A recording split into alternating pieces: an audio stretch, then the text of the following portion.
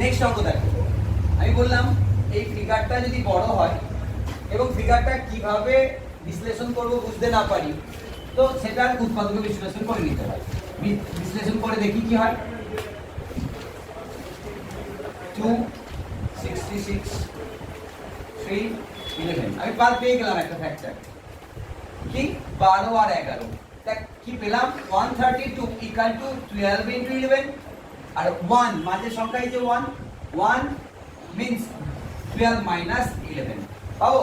তো আমি এখান থেকে লিখতে পারি a স্কয়ার প্লাস 1a এর পরিবর্তে 12 মাইনাস 11a মাইনাস 132 বুঝতে পারলাম।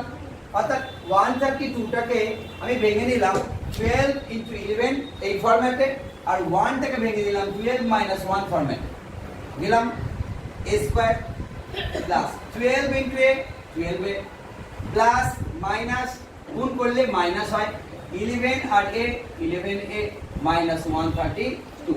আশা করি বুঝতে পেরেছি 2 থেকে 3 নম্বর লাইন। ওকে, এই পার্টটাই a কমন যোগ্য, a নিয়ে নিলাম, a স্কয়ার থেকে a কমন, a 12a থেকে a কমন, 12 12 মাঝে চিহ্ন কি প্লাস। আমি বারবার বলছি প্রত্যেকবার মাথায় রেখো এইটা সর্বদা এই পার্টটা হবে, যদি না হয় অঙ্ক ভুল করছি। এখন এই পার্টটা থেকে আমি শুধু এটাকে লিখেছি, নিশ্চয় 11 কমন আছে, চিহ্ন কি আছে মাইনাস, দেখে নি গুণ করে হচ্ছে কিনা 11 আর a গুণ করলে 11 এ প্লাসে মাইনাসে মাইনাস 12 ইনটু 11 132।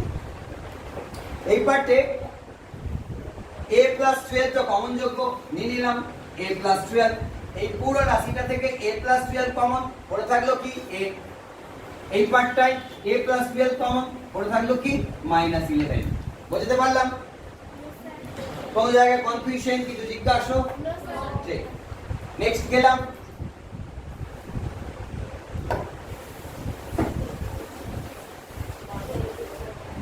নেক্সট তুমি পেয়ে যাচ্ছ p square 3p minus 18, p square plus 3p minus 18 18। এটা সাধারণ পার্ট, বুঝতেই পারছি। 18 সংখ্যাটাকে যদি 6 আর 3 গুণ করি তাহলে 18 হয়, 6 থেকে 3 মাইনাস করি তাহলে 3 হয়, বুঝতেই পারছি সাধারণ পার্ট এটা। p স্কয়ার 3p টাকে আমি লিখব 6 মাইনাস 3 ইনটু p মাইনাস 18। দেখ 6 আর 3 যদি গুণ করি 18 পাবো, 6 থেকে 3 মাইনাস করি 3 পাবো। p স্কয়ার 6 আর p গুণ করলাম 6p, এই প্লাসে মাইনাসে মাইনাস 3 আর p গুণ করলাম 3p মাইনাস 18।